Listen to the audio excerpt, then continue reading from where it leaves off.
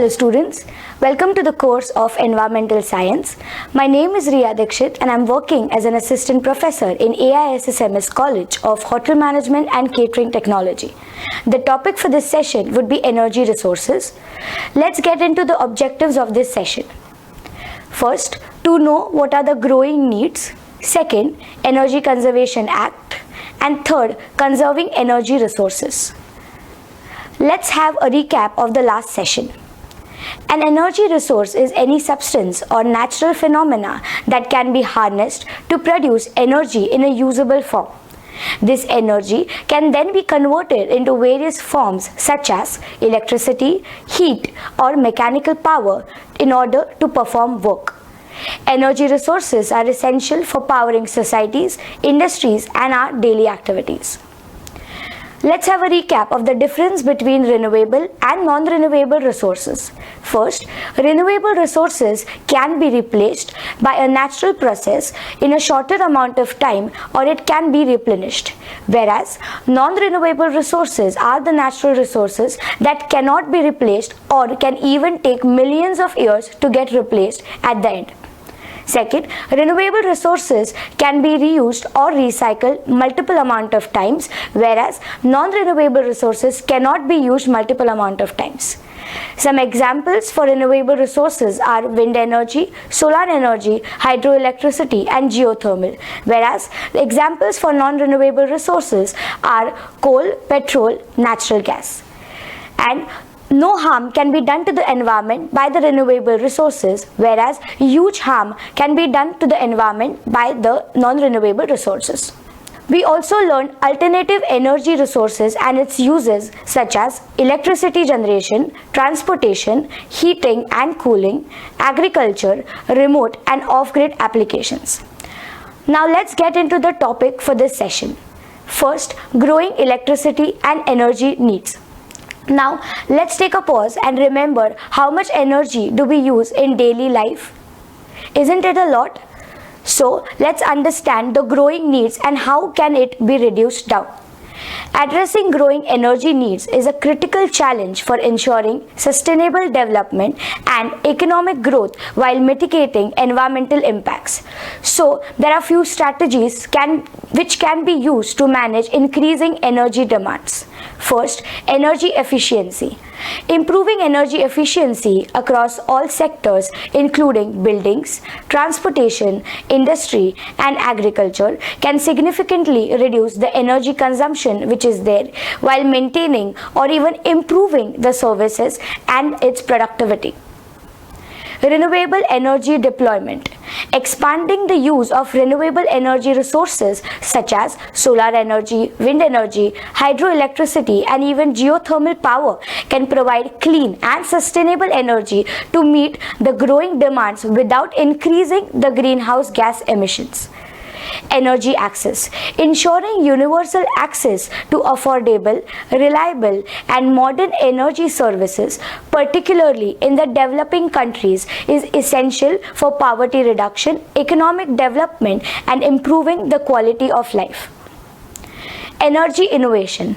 Investing in research, development and deployment of innovative technologies such as advanced nuclear reactors, carbon capture and storage, and low carbon fuels can unlock the new opportunities which are there for meeting the energy needs while reducing the environmental impact. Policy support.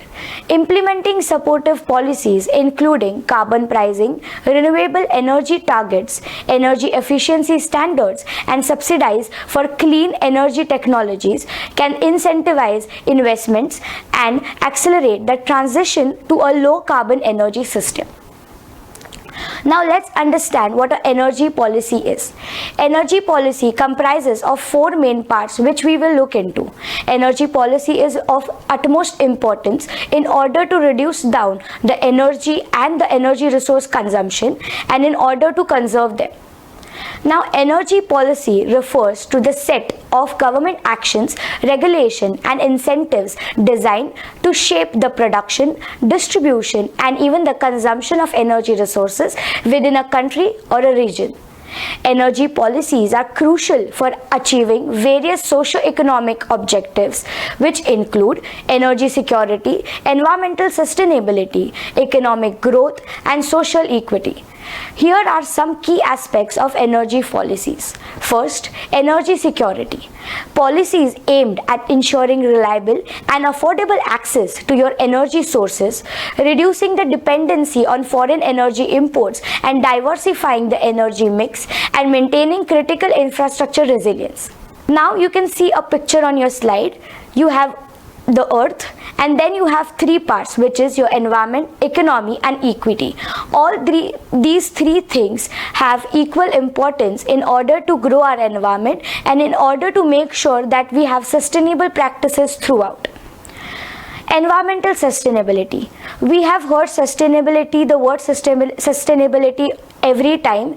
So, measures to mitigate environmental impacts associated with energy production and consumption, such as reducing the greenhouse gas emissions, curbing air and water pollution, conserving natural resources, and promoting renewable energy sources. Economic development. Policies to stimulate economic growth, job creation and innovation within the energy sector, including energy incentives for a clean energy investment, support for research and development, and fostering a conducive regulatory environment for our energy markets. Energy access and equity. Initiatives to address energy poverty and to ensure equitable access to affordable and reliable energy services for all segments of the society, including low-income households as well as the communities, energy efficiency programs, and rural electrification efforts. Energy market regulation. Frameworks for regulating energy markets, including the electricity, natural gas, and oil, to promote competition, ensuring fair pricing, prevent market manipulation, and safeguard the consumer interests. Energy infrastructure development.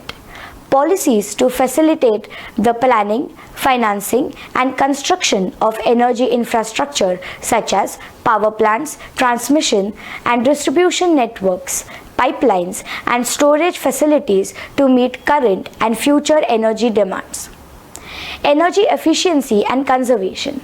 Strategies to promote energy efficiency and conservation across sectors, including the building codes, appliance standards, industry efficiency programs, and all public awareness campaigns to encourage behavior change and to reduce the energy waste. Renewable energy deployment.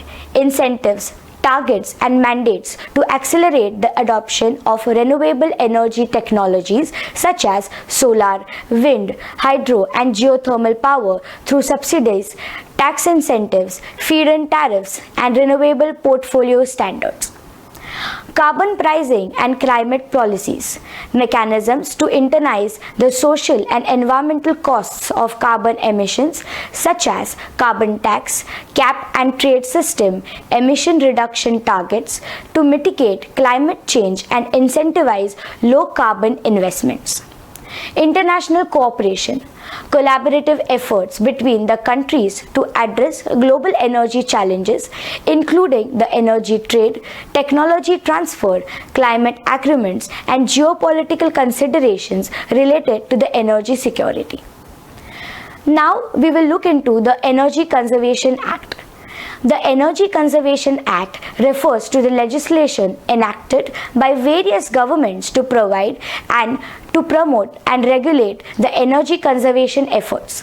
While the specifics may vary depending upon the country, the overarching goal is typically to reduce the energy consumption, enhance energy efficiency, and also to promote the use of energy and the renewable sources of energy.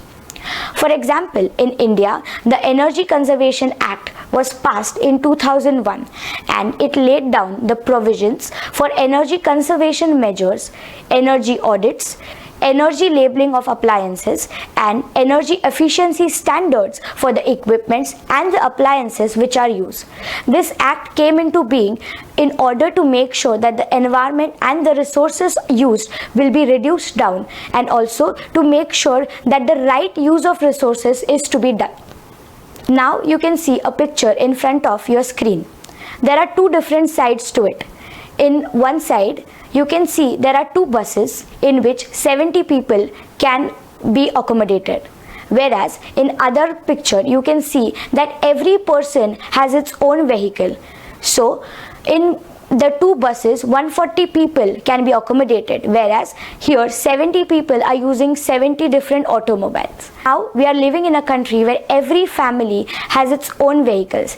Everyone has two-wheelers, everyone has cars, and we do not practice the measures which can be done to reduce down the usage. We go to colleges, we go to schools, we go to our companies using our own cars, we go to companies using our own two-wheelers, but we do not consider the public vehicles which are there. If the connectivity of the public vehicles is good, then you can definitely use the public vehicles for your commute. Now we will get into the conserving energy resources. We use the energy resources in our day-to-day life, but do we ever think about them? We use it for our benefit, but we don't think about them in order to reduce down its usage. So we need to make sure that we take proper measures in order to save them. First, use of energy efficient appliances. When buying appliances like refrigerators, air conditioners, and washing machines, look for the Energy Star label which indicates higher energy efficiency. Insulate your home. Proper insulation reduces the need for heating and cooling, saving significant amount of energy. This includes insulating walls, ceilings, floors, and your ducts. Upgrading to LED lighting. LED bulbs use much less energy than traditional bulbs and last significantly longer. Turn off lights and electronics when they are not in use. Simply turning off the lights and unplugging the electronics when they are not needed can save a significant amount of energy over time. It happens many a times that we leave a room but we forget to switch off the lights, we forget to switch off our fans. We think that what difference does it even make? But no, it makes a lot of difference, and we need to make sure that we save that amount of energy and switch off the lights or the fans when they are not in use or when we are not in the room. Install programmable thermostats. These allow you to regulate the heating and cooling based on your schedule, reducing the energy usage when you're not at home or even when you're asleep.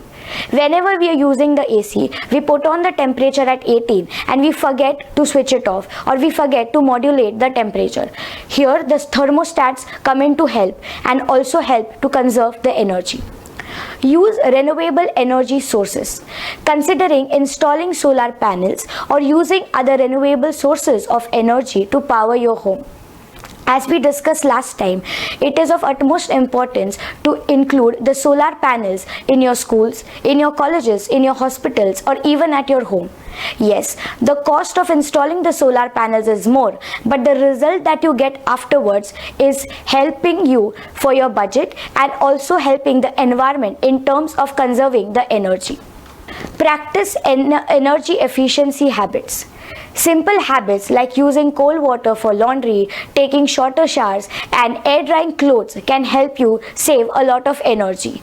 Many a times when we are brushing or when we are shaving, we keep on the tap open and we forget about it. We think, will it make a difference? Yes, it does make a difference. So we need to make sure that we take less amount of time for the same. Carpool, bike, or using the public transportation. Reduce your carbon footprint by minimizing the use of personal vehicles whenever possible. As we saw in that picture, if you use the public transport whenever it is possible, it will help you and also the environment. Carpooling is a term which is of utmost importance nowadays because you can share your car or you can share your two-wheeler while coming.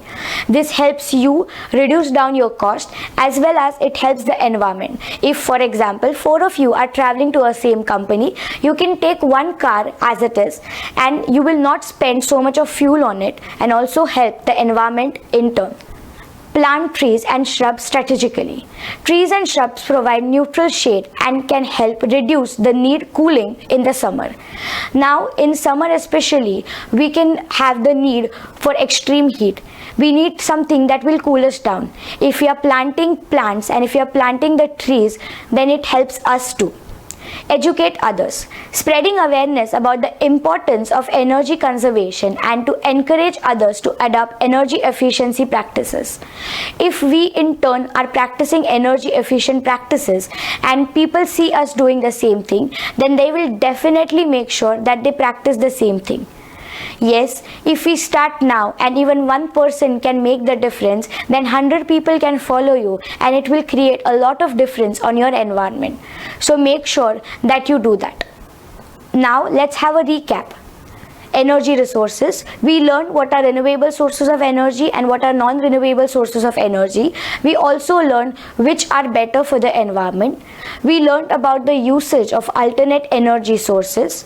We learned about the growing energy needs. And lastly, we learned about conserving energy resources.